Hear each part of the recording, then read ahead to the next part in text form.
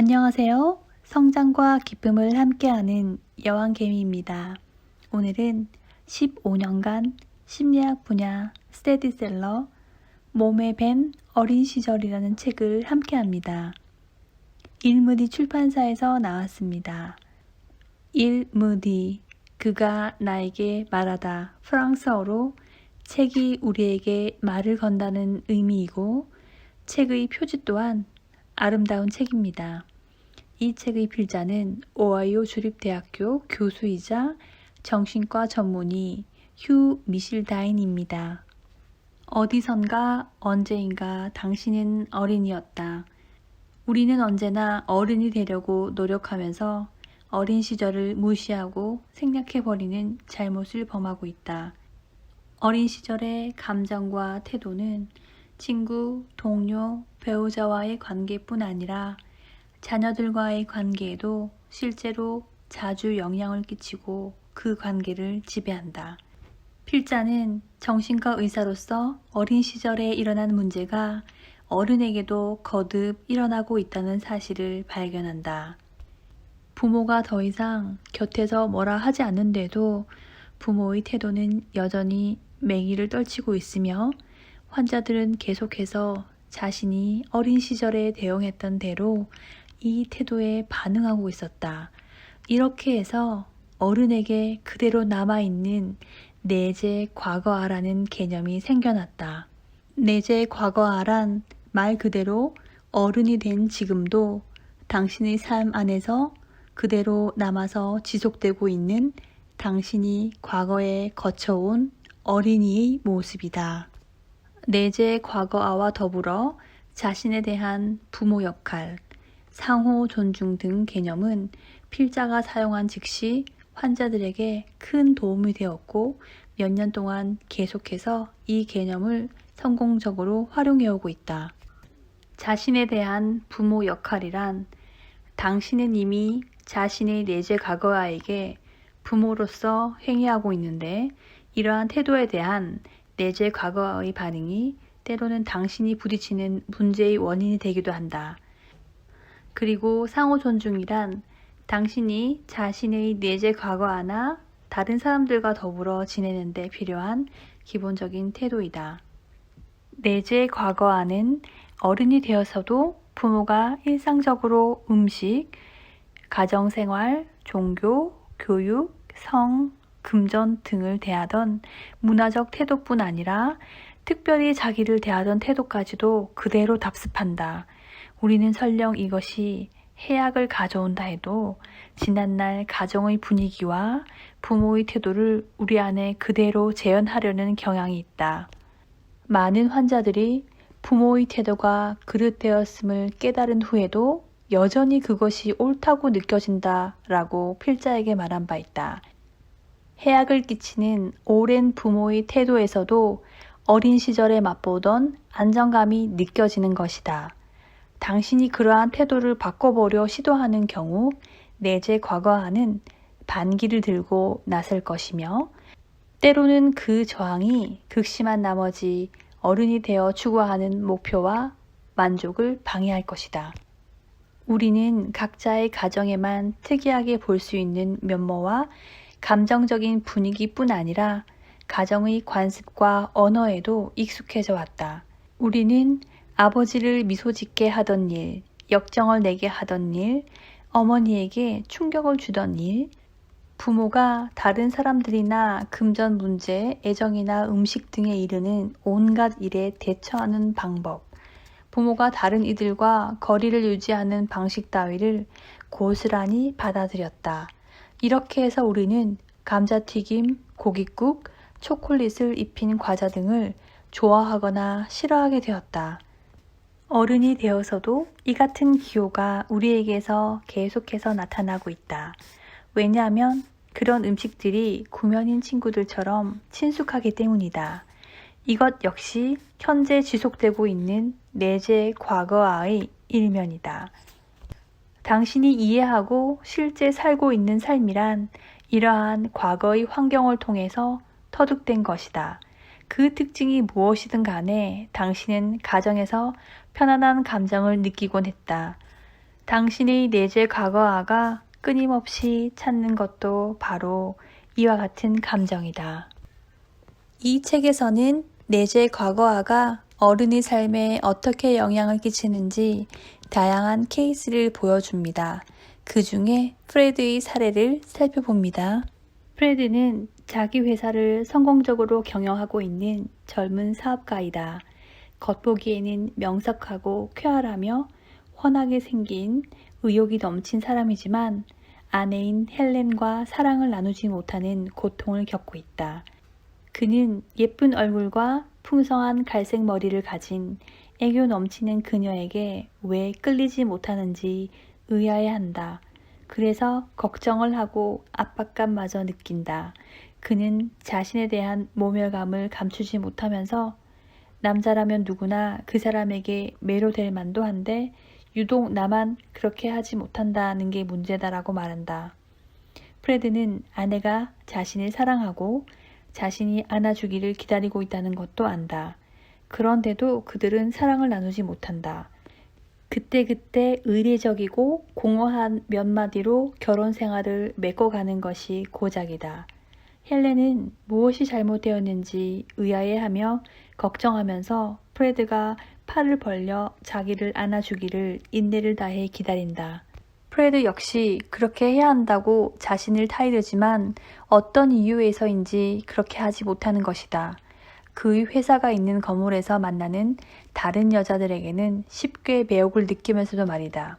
프레드는 집에서 헬렌이 한두 마디 실언이라도 하면 속절없이 버럭 화를 내고 심지어 손찌검까지 한다. 그러고 나서는 아내에게 욕설을 퍼붓는 자신을 비난하곤 한다. 하지만 아내에게 화를 내는 상황은 갈수록 심해지는 것만 같다. 필자의 사무실에서 프레드는 이렇게 물었다. 어째서 나에게 이런 일이 생긴 걸까요? 우리가 막 결혼했을 때만 해도 내가 이렇지는 않았거든요. 그런데 내가 집에서 사랑을 너무 많이 받고 있기 때문에 이제는 그것을 거절해야만 할 것 같은 생각이 듭니다.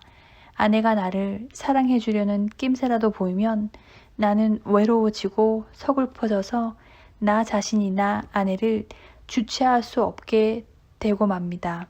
이게 어찌된 일일까요? 물론 그의 행동은 사리에 맞지 않는다고 할 수 있다. 그렇다면 그에게 다른 문제라도 있단 말인가? 그렇지도 않다. 프레드는 자기 사업을 잘 이끌어가고 있다. 게다가 주위 사람들은 모두 그를 좋아한다. 다만 그는 자기 아내를 사랑할 수 없을 뿐이며 이것이 그가 안고 있는 문제의 전부이다. 안타깝게도 많은 사람들이 자기 배우자에게 이런 식의 반응을 보이고 있다. 그리고 이런 태도는 내재의 과거아가 지금도 자주 문제를 불러일으키고 있음을 말해주는 하나의 예일 뿐이다. 프레드의 내재 과거아를 살펴보는 것이 그의 행동을 밝히는 데 도움이 될 것이다. 프레드는 아버지가 걸핏하면 심하게 화를 내며 어머니와 자신을 자주 구타하던 가정에서 성장했다. 마침내 프레드가 결혼을 했을 때 처음에는 모든 것이 순조로웠다. 그러나 자기만의 가정을 꾸리게 되자 자기 아버지가 보였던 지난날의 태도로 자신을 대하기 시작한다. 곧 자신을 가혹하게 대하기 시작한 것이다.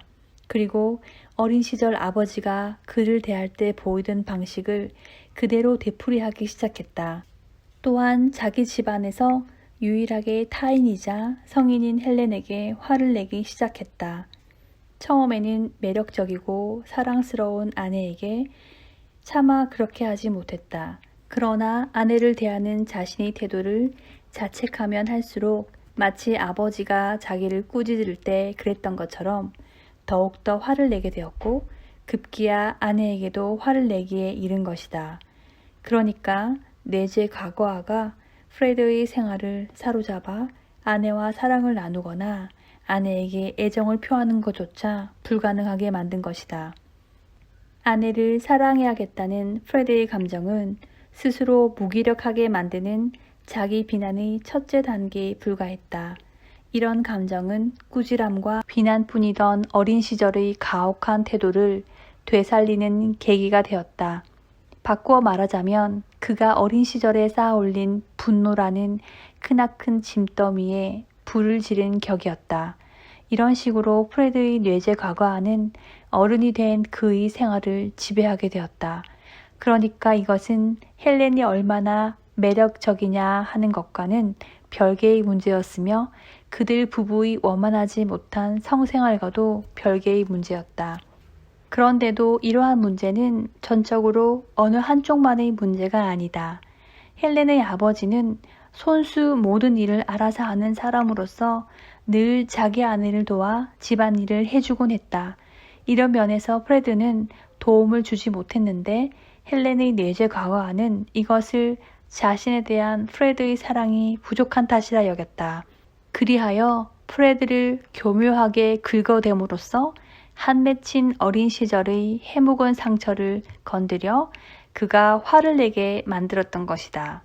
아버지가 자신에게 보였던 가혹한 태도에 이제는 자기가 답습하고 있음을 깨닫게 되자 프레드의 무기력은 점차 사라져갔다. 흥미로운 점은 프레드가 헬렌을 사랑해야 한다는 다짐을 마침내 그만둘 수 있게 되자 헬렌을 사랑할 수 있게 되었으며 지난날 구박만 하던 부모의 가혹한 태도에서 벗어나게 되었다는 사실이다.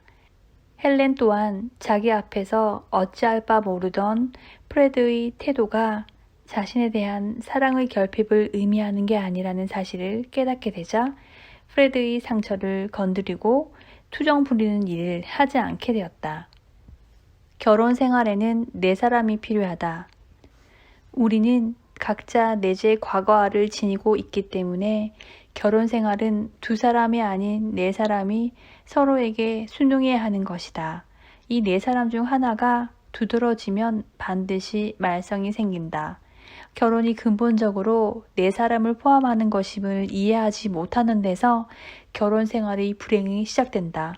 그러다가 끝내 이혼 법정에서는 괴로움을 맛보게 되는 것이다.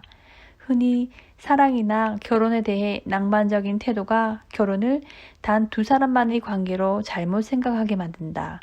우리는 행복한 결혼 생활을 기대하지만 이내 실망하고 좌절하며 마침내 분개하거나 포기하게 된다. 왜냐하면 단 두 사람만의 결혼은 어딘가 매우 복잡하며 우리가 상상하고 꿈꿔왔던 만큼 조화를 이루고 이해하며 사랑하고 공감하는 관계가 결코 아니기 때문이다. 결혼에는 4명의 별개의 사람들이 포함된다는 말에 어떤 사람들은 놀라거나 충격을 받을 것이다. 결혼에는 4사람이 포함되어 있기 때문에 어떤 결혼이든 본래 복잡한 것이다. 만약 우리가 젊었을 때 이 점을 알게 된다면 현실적으로 더욱 행복한 결혼 생활을 이어갈 가능성이 높아진다. 그리고 불가피하게 나타나는 어려움에 크게 방해받지 않을 것이다. 아내는 남편에게 한 번도 스스로 옷을 챙겨 입은 적이 없고 정해진 시간에 저녁 식사를 하러 온 적이 없던 소년 시절이 아직 남아있음을 이해할 수 있을 것이다. 남편은 자기 아내에게 매력적이고 능력 있는 여성임을 거듭 확인받고 싶어 하고 생쥐를 무서워하며 소심해서 큰 소리도 내지 못하던 소녀 시절이 여전히 남아있음을 이해할 수 있을 것이다. 당신이 한때 거쳐온 어린 시절은 나름의 필요, 욕구, 태도, 행동 방식, 소망을 다른 어떤 생활보다도 결혼 생활을 통해 더욱 노골적으로 드러낸다. 당신의 내재 과거 안은 좌절하거나 어떤 일이 생길 때마다 소리 지르거나 망설이고 사납게 날뛰거나 발끈 화를 내고 말없이 냉정하게 뒷전으로 물러나든지 할 것이다. 그러기에 흔히 자신의 배우자에 대해 이 여자는 너무 유치해요 라던가 이 남자는 어린애처럼 행동한단 말이에요 라고 불평하는 것이다. 왜 이 같은 일이 일어나는가? 그것은 결혼해서 가정을 이루는 일이 어린 시절의 안락하고 친숙한 감정을 다시금 느끼게 해줄 것처럼 보이기 때문에 남편과 아내 모두에게서 내재 과거화가 두드러지게 드러나기 때문이다. 그래서 흔히 결혼 생활에서는 사소한 듯 보이는 일을 두고 심각한 갈등이 빚어지기도 한다. 우리는 대체로 결혼 생활에서 편안한 감정을 맛보기 위해 부모가 우리를 대하던 그대로 우리 자신을 대한다. 어려서 편하게 느끼던 해묵은 정서적 환경, 즉 지난날 당신 가정의 특징이기도 했던 가슴 아픈 태도까지 모두 가능한 한 정밀하게 되풀이 되는 것이다. 우리는 자주 배우자들에게 부모가 우리를 대하던 방식 그대로 우리를 대하게 한다. 그러면서 자신도 모르는 사이에 부모에게 인정받고 사랑받으려고 애썼던 것처럼 배우자에게 인정받으려 애쓰고 그들의 평가에 매달린다. 이런 상황은 당신의 배우자가 책임을 떠맡기를 거부하거나 기피하려 할 때 아니면 어린아이처럼 행동할 때 생긴다. 만약 결혼하려는 남녀가 상대방의 가정에 수시로 방문해서 약혼자와 그의 부모 사이를 눈여겨본다면 결혼 생활에서 야기될 수 있는 많은 난관과 부조화를 피할 수 있거나 적어도 예견할 수 있을 것이다. 약혼자가 자기 부모를 대하는 태도가 장차 자기 배우자를 대하는 태도가 될 것이기 때문이다. 우리는 나는 그가 부모를 대하는 식으로 그에게 대우받기를 원하는가 라고 물어야 한다. 그리고 약혼자의 부모가 약혼자를 대하는 태도에서 약혼자가 자기 배우자를 어떻게 대할 것이며 신혼여행을 다녀온 다음부터 배우자에게 어떤 대우를 받길 기대할 것인지 예상할 수 있다. 결혼 생활의 만족과 성공은 네 사람, 즉 어른 두 사람과 그 두 어른이 내재 과거아가 저마다 나머지 세 사람을 존중하는 가운데 잘 적응할 수 있느냐에 달려있다. 결혼에는 네 사람이 관련되어 있기 때문에 서로 존중하는 조화로운 상태가 쉽사리 성립되지 않는다. 우리는 전통적으로 그리고 습관적으로 결혼이 오직 두 사람만을 포함하는 것이라고 생각한다. 그래서 네 사람 사이의 다툼은 일반적인 문제거리나 불화에 의해 자주 뒷전에 감춰진다. 마리온이라는 여자의 이야기를 들어보자. 그는 질병에 관해 생각한 바를 털어놓았다. 저는 지금 거의 10달째 앓고 있어요. 의사가 저에게 비타민제를 줬는데 별 소용이 없었어요. 10달 전쯤에 감기 기운이 있었는데 몸이 아프니까 기운이 쭉 빠져버리는 거 있죠. 저는 일어날 수 없을 정도로 약해졌고 이제는 신경이 곤두서서 아무것도 할 수 없게 되었어요. 의사 선생님이 저를 진찰했지만 잘못된 것은 하나도 없다더군요. 하지만 저는 몸이 아파지기라도 하면 집에 돌아오지 못하게 될까봐 외출하기가 겁날 정도였어요. 저는 아프기 전까지는 속기사로 일했어요. 살림을 하면서도 직장을 놓지 않으려고 열심히 일했어요. 저는 어렸을 때 아주 아팠어요. 폐렴, 탈장뿐 아니라 아이들이 잘 걸리는 병이란 병은 다 알았으니까요. 제 상태가 좋지 않으면 온 집안 식구들이 저를 특별하게 대해주곤 했죠. 어머니가 제 건강을 많이 걱정하셨어요. 어머니는 언제나 우리의 건강을 보호하기 위한 일을 하셨죠. 아버지는 자주 편찮으셨는데도 제 건강을 많이 염려해 주셨어요. 마리오는 고달픈 생활에 짓눌려 있는 것이다.